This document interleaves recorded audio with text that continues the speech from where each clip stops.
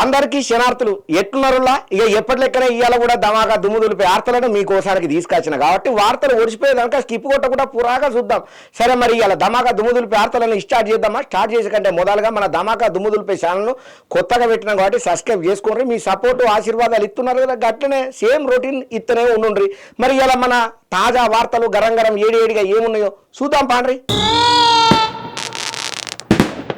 ఇక ఉత్తరాఖండ్లో పెద్ద పెను ప్రమాదమే తప్పిందని చెప్పాలి. చాలా మంది పానాపాయ స్థితిలకించి బయటపడ్డారు. దేవుడు అనుకుంటా దండాలు పెట్టుకునే పరిస్థితికి వచ్చింది. హెలికాప్టర్ ఉన్నట్టుండి అనివార్య కారణాల వల్ల పైలట్ శాఖ శక్యంతో రోడ్డు మీద దింపాల్సిన పరిస్థితి ఏర్పడ్డది. మరి వార్త ఏందో పురాగా నేను చెప్పను, మీరే చూడుండ్రి. ఇక ఉత్తరాఖండ్లో పెద్ద ప్రమాదమే తప్పిందని చెప్పాలయ్యా. అత్యవసరంగా రోడ్డు మీద హెలికాప్టర్ ల్యాండ్ అయ్యింది. ల్యాండింగ్ టైంలల్లా హెలికాప్టర్ వెనకాల ఉన్న భాగం కారు మీద పడ్డదట. హెలికాప్టర్ల ప్రయాణికులు సురక్షితంగానే బయట పడ్డారు. ఇక హెలికాప్టర్ అటు పక్కన కారు కూడా చిన్నగా డ్యామేజ్ సుతం అయ్యిందట. ఇక కేదార్నాథ్ ధామ్కు పోతున్నటువంటి ఒక ప్రైవేటు హెలికాప్టర్ శనివారం అంటే ఇయాలనే రుద్రప్రయాగ జిల్లాలో ఉన్నటువంటి గుప్తు కాశీలో అత్యవసరంగా ల్యాండింగ్ చేయాల్సి వచ్చిందన్నట్టు. ప్రమాదవశాత్తు అదృష్టం మంచిగుండి విమానంలో ఉన్న ప్రయాణికులందరూ సురక్షితంగా సంతోషంగా బయటపడ్డారని చెప్పి ఏడీజీవి మురుగేశన్ సార్ చెప్పుకుంటూ వచ్చిండు. క్రిస్టల్ ఏవియేషన్ ప్రైవేట్ లిమిటెడ్ నడిపే హెలికాప్టర్ సిర్సి నుండి కేదార్నాథ్ వైపు ప్రయాణికులతో పోతుండగా సాంకేతికంగా సమస్యలు తలెత్తుడుతోని ముందుగానే అప్రమత్తమైనటువంటి పైలట్ శాకిశక్యంగా హెలిప్యాడ్ కు చేరుకోకుండా సమీపంలోనే రహదారి మీదనే ల్యాండింగ్ చేసిండు. ఎవరికి ప్రాణ నష్టం కాకపోవడంతోని అందరూ ఊపిరి పీల్చుకొని అయ్యో దేవుడా శివ ఉన్నవరా నాయన నీకు దండం పెడితే కడపలో తలకాయ పెడితే అనుకుంటా అందరూ శనార్థులు పెట్టుకున్నారట. ఏదేమైనా ఇంత పెద్ద ప్రమాదం ఉన్నట్టుండి దాపుడుతోని పైలట్ శాకిశక్యం వల్లనే ఇంత ప్రమాదం నుంచి చాలా మంది ప్రాణాపాయాల నుంచి బయటపడ్డందుకు ప్రతి ఒక్కరూ సంబరంలో సంతోషంలో దేవుడికి దండాలు పెట్టుకున్న తీరు ప్రతి ఒక్కళ్ళను ఆశ్చర్యానికే గురి చేస్తున్నది. ఏదేమైనా భూమి మీద నూకలు ఉండాలి కానీ ఎటువంటి పరిస్థితులకెంచైనా బయటపడతారు ప్రాణాలతోని అనే దానికి దేవుడు ఉన్నాడనే దానికి ఇది నిలువెత్తు నిదర్శనం అనుకుంటా ప్రతి ఒక్కరు రకరకాలుగా కామెంట్లు పోస్టులు పెట్టుకుంటా ట్వీట్ల మీద ట్వీట్లు తీరుతున్నారయ్యా. ఇప్పుడు సోషల్ మీడియాను షేక్ చేస్తున్న ఈ వీడియో ముచ్చట్లల్లా. ఇక విజయవాడలో చంద్రాల సార్తో పిచ్చాపాటి మాటలు మాట్లాడుకుంటా బజ్జీలు తినొచ్చి ఇక్కడ ఏదో పొంకనాల మాటలు మాట్లాడుతున్నావు, నీ షిట్టా మొత్తం నేను బయట పెడతా అని చెప్పి Harish Rao sir CM Revanth Reddy sir మీద మత్తుగారానికి వచ్చిండట. ఆగో ఉన్నట్టుండి రేవంత్ రెడ్డి సార్ మీద హరీష్ రావు సార్కు గంత కోపం ఎందుకు వచ్చిందో వార్త తెచ్చిన చూద్దాం పాండ్రి. ఇక సీఎం రేవంత్ సారు బెజవాడకు పోయి బజ్జీలు తినొచ్చి జనకశర్ల ప్రాజెక్టు మీద ఏపీతో కుమ్మక్కు అయ్యిండని చెప్పి మాజీ మంత్రి హరీష్ రావు సారు మస్తు గరాన్ని కచ్చుకుంటా సీటర్లు గట్టిగానే వేసిండు. కాళేశ్వరం కమిషన్ ఈశారణ మీద శనివారం sir Harish Rao sir chit-chat నిర్వహణ చేసిండు. ఈ సందర్భంగా కాళేశ్వరం ప్రాజెక్టు నిర్మాణానికి ఆర్థిక శాఖతోని సమన్వయం చేసుకునే మేము నిధులు తీసుకొచ్చినాం. ఆర్థిక శాఖకు సంబంధం లేదని ఈటల అనుడు ఇది విడ్డూరం, ఇది మంచి పద్ధతి కాదు, సరైన మాట కాదు, ఒకసారి సవరణ చేసుకోండి ఈటల గారు అనుకుంటా కామెంట్ పెట్టిండు. ఇంకా అంతనే కాకుండా ఆర్థిక శాఖకు సంబంధం లేకుండా ఏది ఉండదు, ఏది జరగదు సర్కార్లా. ఈటల రాజేందర్ కు కొన్ని గుర్తు ఉండి ఉండకపోవచ్చు. కాళేశ్వరం ప్రాజెక్టు కోసం నియామకం చేసిన సబ్ కమిటీలా నేను ఈటల తుమ్మల ఉన్నాం. సబ్ కమిటీ రిపోర్టు మీద నాతో పాటు ఈటల తుమ్మల కూడా సంతకం చేసిండ్లు. తుమ్మల నాగేశ్వరరావును కూడా ఈసారి పిలవాలి కదా, ఎందుకు పిలవలేదు? కాంగ్రెస్ ప్రభుత్వం చేస్తున్న అప్పుల మీద కూడా తొందరలో పవర్ పాయింట్ ప్రజెంటేషన్ నేను ఇస్తా. గోదావరి జనకజర్ల ప్రాజెక్టు వలన తెలంగాణకు అవుతున్న నష్టం మీద కూడా ప్రజెంటేషన్ పక్కాగా ఉంటది, నేను ఇచ్చి చూపెడతా. నిజాలను కళ్ళకు గట్టినట్టు చూపెడతా. విజయవాడకు పోయి బజ్జీలు తినొచ్చి రేవంత్ రెడ్డి ఇప్పుడు జనకజర్ల ప్రాజెక్టు మీద ఏపీతో కుమ్మక్కయ్యిండు. నా దగ్గర ఇంకొక డాక్యుమెంట్ కూడా ఉన్నది, అది కూడా బయటికి తీస్తా. కమిషన్ దగ్గర అది బయట పెడతా.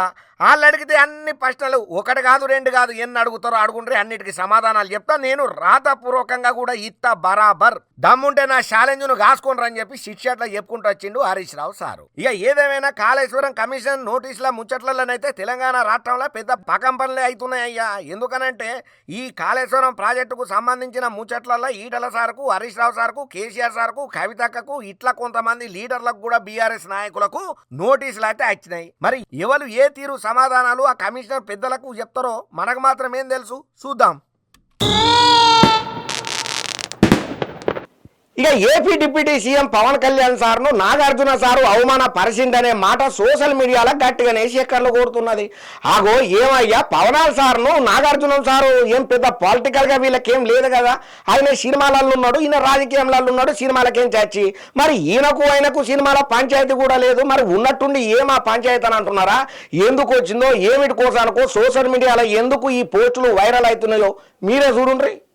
ఇక అక్కినేని నాగార్జున చిన్న కొడుకు అక్కినేని అఖిల పెళ్లికి రెడీ అయింది కదా. ఇక జైనాబ్ రబ్జీతోని హైదరాబాద్ లో నాగార్జున సార్ ఇంట్లోనే పెళ్లి అయ్యింది. చాలా గుట్టు సప్పుడు కాకుండా ఉన్న కొంతమందితోనే చాలా దగ్గర పంటున్నోళ్ళు మాత్రమే హాజరుపడ్డారు. అయితే ఈ నెల 8వ తారీఖున కాబోతున్న అన్నపూర్ణ స్టూడియోల రిసెప్షన్ కు మాత్రం సినిమా రంగం నుంచి రాజకీయం నుంచి పెద్ద పెద్ద తలకాయలు అయితే గట్టిగానే హాజరుపడబోతున్నారట.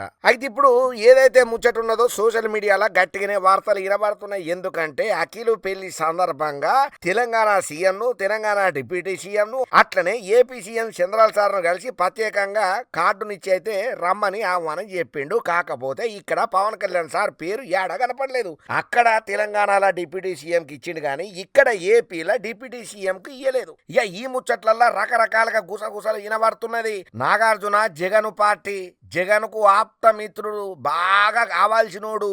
అట్లనే ఈ పెళ్లి కూతురు ఎవరైతే ఉన్నారో వాళ్ళ పెద్ద ఆయనే జగన్ సార్ కు బాగా కావాల్సినోడు. జగన్ సార్ కు ఐడియాలను రాజకీయంగా ఎట్లా ఏం చేయాలనే మెలకువలను ఇచ్చినోడు కాబట్టి పవన్ కళ్యాణ్ సారు రాజకీయ ప్రత్యర్థి జగన్ కు కాబట్టి అందుకే ఈయనను విలువద్దనే కావాలనే పవన్ కళ్యాణ్ సార్ కు ఇన్విటేషన్ ఇయ్యలేదని కొంతమంది అంటే, లేదు చిరంజీవి సార్ తోనే నాగార్జున సార్ కు మస్తు రిలేషన్ ఉన్నది, మస్తు దోస్తులు, ఇద్దరు కూర్చొని చేపల కూర కూడా కలిపి వండుకొని తింటారు కదా.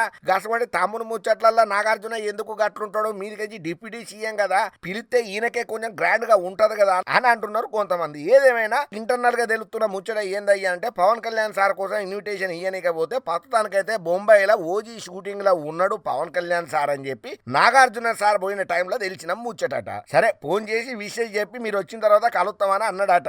మరి ఇది ఎంతవరకు వాకి మాటనో మనకు తెలియదు కానీ మొత్తానికైతే సోషల్ మీడియాను షేక్ చేస్తున్నది ఈ అక్కినేని అఖిలు పెళ్లి ముచ్చట్లలో డిప్యూటీ సీఎం పవన్ కళ్యాణ్ కు నాగార్జున సారు పత్రిక ఇయ్యలేదన్న పంచాయతీలా. టెక్నాలజీని ఎంత ఉపయోగం చేయాలో దాన్ని సత్యనాశనం చేసుట్లల్లో కూడా మన వాళ్ళు నెంబర్ 1 ప్లేస్లు ఉంటారు. అయితే ఒక అక్క బండి బుక్ చేసుకున్నది. అదో గిల్లే ఉన్నదయ్యా వార్త. ఏదో దూరం కమాన పోతున్నారు కదా బండి బుక్ చేసుకున్నది అనే డౌట్ అని మనం మీకు కొట్టిందా? నేను చెప్పిన మాట ఏంటో మీరే నోరెలో పెట్టి షాక్ అవుతారు. అక్క యాడికి బుక్ చేసిందో తెలితే అవ్వా అని అంటారు. చూడండి వార్త తెచ్చిన. ఏదేమైనా టెక్నాలజీ పెరిగినప్పుడు దాన్ని ఎంతలా వాడుకోవాలి, ఎట్లా వాడుకోవాలి, దాన్ని ఎట్లా సత్యనాశ చేయాలనో మనోళ్ళకి తెలిసినంత ఇద్దే ఎవరికి తెలియదనే మాట 100కు 100% వాజిబ్ మాటనే. అగో ఏందయ్యా మన ధమాకా దుమ్ము దులిపే వార్తలలో గంత మాట అనబడుతుంది అని అంటే ఇక ఒక అక్క చేసిన పనికైతే నోరెలా పెడతారు. ఇక ఉత్తరప్రదేశ్ లో లక్నోలైన ఈ సంఘటన ఏదైతే ఉన్నదో అందరినీ ఔరా అనే తట్టు చేస్తున్నది. ఇక లక్నోలో ఉండే ఒక అక్క వాళ్ళ ఇంటి దగ్గర నుంచి 180 మీటర్ల దూరంలో ఉన్నటువంటి ఆమె స్నేహితురాలు ఉన్నది కదా దోస్త అని ఆమె ఇంటికి పోవాల్సి వచ్చింది. ఇక మామూలుగా అయితే ఎంతసేపు జస్ట్ 2 మినిట్స్ 2 అడుగులు ఎత్తాడ పడతామని అనుకుంటారు కదా, కానీ అక్క అట్లా అనుకోలేదు. ఓలా బండిని బుక్ చేసుకొని 180 మీటర్ల ఉన్న దగ్గర బండి అలా దోస్త్ ఇంటికి ఓలా బండి బుక్ చేసుకొని పోయింది. ఇక ఓలా బండి వచ్చి ఇదేంద్రో అక్క బుక్ చేసుకున్నారు కదా, ఏదో లాంగ్ ట్రిప్ పడితే జేబులు నిండుతాయని అనుకున్నా ఆ ఓలా డ్రైవర్ కు ట్రాన్స్ఫారం ను టచ్ చేసినంత పని అయిందట. ఇక ఎంబటే ఏందక్క మీరు గింత దగ్గరలో ఉండి ఒక 2 నిమిషాలు డిస్టెన్స్ అని చూపెడుతున్నది, మీరెందుకు బండి బుక్ చేసుకున్నారనంటే, అయ్యో బ్రదర్ సారీ ఏమనుకోకండి, అక్కడ మా ఫ్రెండ్ ఇంటికి వెళ్ళాలంటే చాలా దగ్గరే, కాకపోతే దారి పొంటి కుక్కలు పిక్కలు పీకుతాయి, చాలా కుక్కలు ఉంటాయి, అవంటే నాకు చాలా భయం, అందుకనే మీ బండిని బుక్ చేసుకున్నా సారీ అని అక్క అనేసరికి ఇక ఈ ముచ్చటిన్నటువంటి ఓలా బండి డ్రైవర్ ఎవరైతే ఉన్నారో ఆయనకు నవ్వాలనో ఏడవాలనో ఏం అర్థం కాక పరిశాన్లో పతంగులు ఎగరే పట్టిండట. మొత్తానికి 19 రూపాయలు కట్టి వాళ్ళ దోతింట్లో పడ్డదయ్యా ఈ అక్క. ఈ వీడియో సోషల్ మీడియాలో మస్తు వైరల్ అవుతున్నాయి. చూసిండ్రా టెక్నాలజీ ఎట్లా వాడాలనో మనోళ్ళకి తెలిసినంత ఎవరికి తెలియదు. కుక్కలంటే భయం ఉన్న అక్క ఓలా బుక్ చేసుట్లా తప్పు లేదని చెప్పి కూతవేటు దూరంలో ఉన్న దోతింటికి ఓలా బండి బుక్ చేసుకున్నదంటే ఈ అక్క తెలివికి హ్యాట్సాప్ రా నాయన చెప్పి కారెడ్డాలాడుకుంటా కామెంట్లు గట్టిగానే పెడుతున్నారు. కుక్కల భయంతో ఓలా బండిని బుక్ చేసుకున్న ఈ అక్క ముచ్చట్లల్లా. మనం చాలా ముచ్చట్లల్లో ఈయన మాట ఏందయ్యా అంటే అబ్బా అన్నకు మత్తు భూమి మీద బిర్యానీ బాగానే బాగున్నది ప్రాణాలతో బచాయించిండు కిస్మత్ అంటే అన్నది అని అంటుంటాం కదా. ఇప్పుడు ఒక అన్నకు ఎదురైన సంఘటన చూసి ప్రతి ఒక్కరు సోషల్ మీడియాలో వీడియోని తిప్పుకుంటా అమ్మా అన్నా నువ్వు నిజంగా అదృష్టవంతునివి అన్నా నీకు మళ్ళొక జన్మ వచ్చినట్టే బోనస్ అని చెప్పి మస్తు కామెంట్లు పెడుతున్నారు. మరి గంటగణం కామెంట్లు పెట్టే అదృష్టం అన్నకు ఏం వరించింది, పానాపాయ స్థితిలకించి అన్న పురాగా ఎట్లా బయటపడ్డాడో తెలుసుకోవాలని ఉన్నది కదా. వార్త తెచ్చిన చూస్తే మీరే షాక్ అవుతారు. ఇక మనం చాలా సందర్భాలలో ఒక మాట ఇంటనే ఉంటాం, బ్రహ్మదేవుడు రాసిన రాతను ఎవ్వరు మార్చలేరురా నాయన, శివునాజ్ఞ లేనిది సీమైనా ఊటదు కదా అని. ఇక భూమి మీద బిర్యానీ బాగానే బాకి ఉన్నదనుకో ఎవ్వరు ఏం చేయలేరన్న మాటలు దినం మనం ఇంటనే ఉంటాం కదా. ఇక ఇప్పుడు మీరు చూడబోయే సీన్ చూస్తే మాత్రం అవురా నిజమే కదా చెప్పింది వాజిబ్ మాటనే ధమాకా దుమ్ము దులిపే ఆర్తలల్లా అని అంటారు మీరే. అయితే ఇంతకు కథేంద్ర నాయన అంటే ఒక అన్న రోడ్డు మీద వండుకొని మంచిగా మత్తులా నిద్రపోతున్నాడు. ఇక తిండి కోసం వెతుకులాడే పనుల అడవిలకెంచి ఊళ్ళో అడుగు పెట్టిందయ్యా ఒక పెద్ద సింహం. ఇక ఆ సింహం అన్ని రోడ్ల పంట తిరుక్కుంటా రోడ్డు పక్కన బాగా మత్తుల నిద్రపోతున్న ఒక అన్న దగ్గరకు వచ్చింది. ఇక వచ్చినాక తర్వాత ఏమైందో నేను చెప్పాను కానీ ఎడిటర్ అన్న జర్రా వీడియో నీడ్సవే.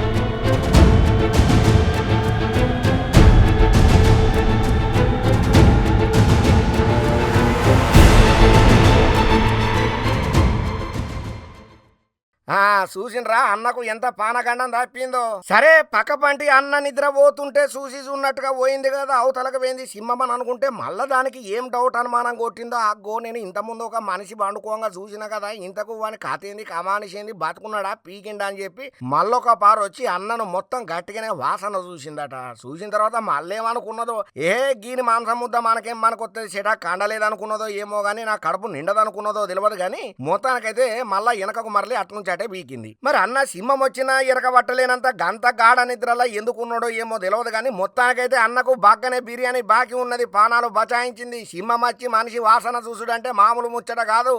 ఆగో ఏం రా నేను గింత మత్తు నిద్రలా ఉంటే కొంపదీసి కుక్కనా పిల్ల లేకపోతే నక్కనా అని జప్పున అన్నగాని లేచి ఉండేనా, కథ అలాగుండేది, సీన్ రివర్స్ అయ్యేది. మొత్తానికి ఆ సింహానికి ఆహారం అయిపోతుండే, భూమి మీద నూకలు లేకపోతుండే. మరి తిల్లారన్న ఈ వీడియో చూసిండో లేదో తెలియదు కానీ పానాలు బచాయించినరా దేవుడా అనుకుంటా ఎన్ని శనార్థులు పెట్టుకున్నాడో దేవునికి మనం చెప్పనవసరం లేదు ప్రత్యేకంగా. ఇక ట్రంప్ సారు అందరి దుంపలు దించుతాడనే టాక్ ఉన్నది కదా. సరే ఇక ట్రంప్ సార్ అంటే మనం వస్తుంటే భారతీయులు పూటకూటు కోసం ఏదో జీవనోధారం కోసం పోతే ఆగం చేస్తాడన్న ముచ్చట్లు మనం విన్నాం. కాకపోతే ఏకంగా టెస్లా కంపెనీ పెద్ద సార్కే సుక్కలు చూపిస్తున్నాడట ఈ ట్రంప్. దీనికోసానికని చెప్పి మోడీ సార్ ఒక అద్భుతమైన ఆఫర్ ఇచ్చిండు టెస్లా కంపెనీ పెద్ద అయినటువంటి ఎలన్ మాస్క్ సార్కు. మరి ఏమా వార్త తెచ్చినా కదా చూపెట్టకుంటే ఎట్టుంటా చూడుండ్రి. ఇక నిన్న మొన్నటి వరకు అమెరికా అధ్యక్షుడు డొనాల్డ్ ట్రంప్ తోని రాసుకొని పూసుకొని జాన్ జిగ్రి జబ్బ లెక్క తిరిగినటువంటి టెస్లా పెద్ద ఎలన్ మాస్క్ ఇప్పుడు బాగానే వ్యతిరేకతన చేస్తున్నాడు ట్రంప్ సార్ను.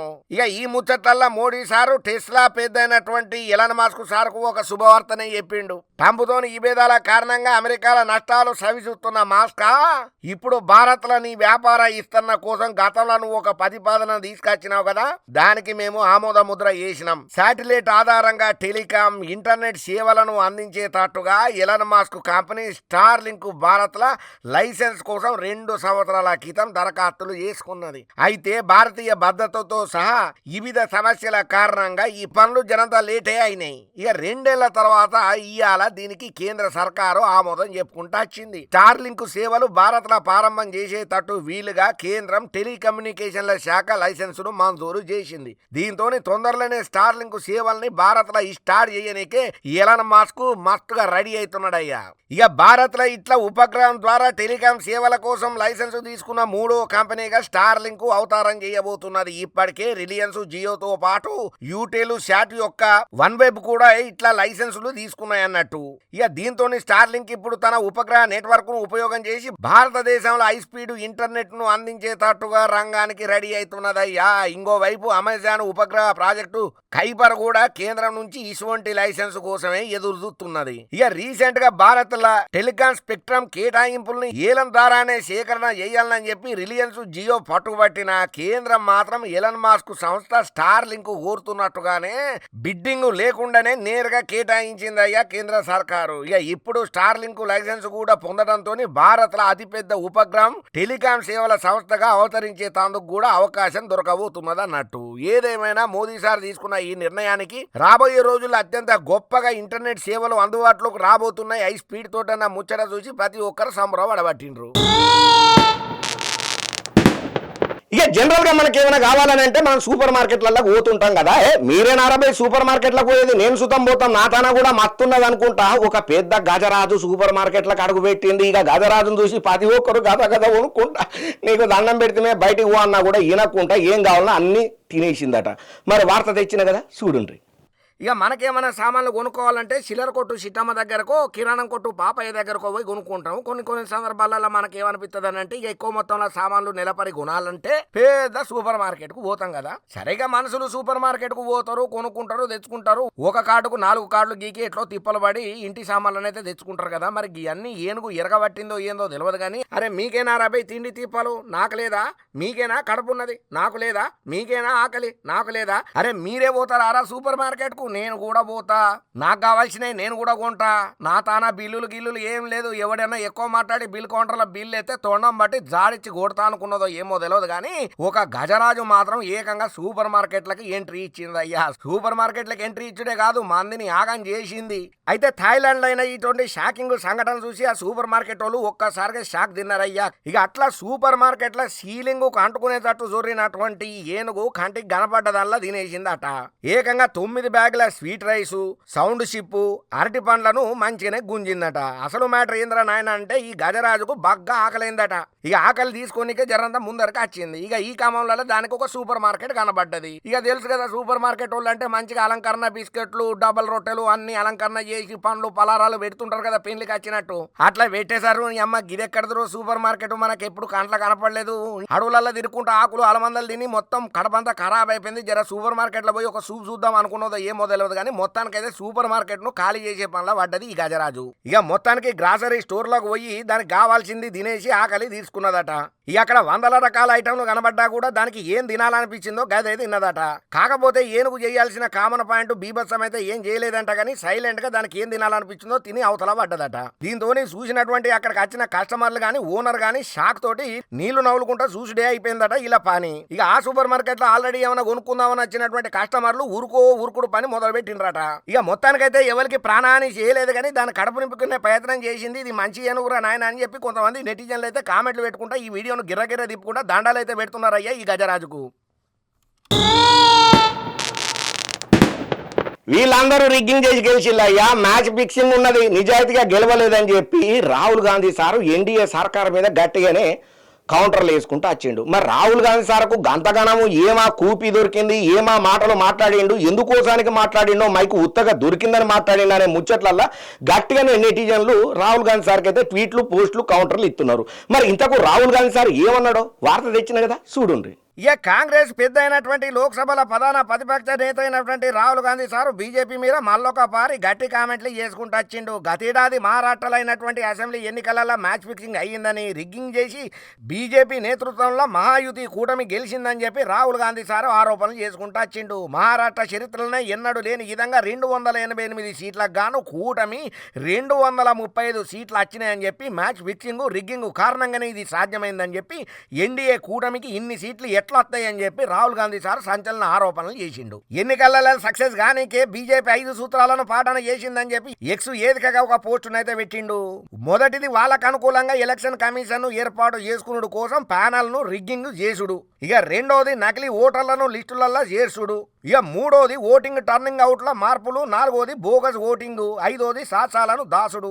ఇక ఈ 5 మెట్లతోనే బీజేపీ కూటమి ఎన్నికలలో విజయం సాధించిందని చెప్పి రాహుల్ గాంధీ సార్ విమర్శలు గట్టిగానే చేసిండు. ఇక ఈ ఏడాది నవంబర్లో బీహార్లో అసెంబ్లీ ఎన్నికలు జరగబోతున్నాయి. రాష్ట్రంలో మొత్తం 243 సీట్లకు ఎన్నికలు నిర్వహణ చేయబోతున్నది ఎలక్షన్ కమిషన్. ఇక ఇందుకు సంబంధించిన షెడ్యూల్ ఇంకొన్ని రోజులలో వెలువడి కాబోతున్నది. కాకపోతే రాహుల్ గాంధీ సార్ ఎప్పుడు మైక్ ముందరకు వచ్చి ఏదో ఒక మాట అనకపోతే నిద్ర పట్టదో ఏమో గానీ మరి ఇన్నొద్దులకు మళ్ళీ ఎందుకు ఈ మాట అన్నాడనే డైలామాల మాత్రం ప్రతి ఒక్కరు బయట పాటోలే కాదు వాళ్ళ పాటోళ్ళకు కూడా మింగుడు పడని ముచ్చటగానే మారిందట ఇప్పుడు రాహుల్ గాంధీ సార్ అన్న మాట.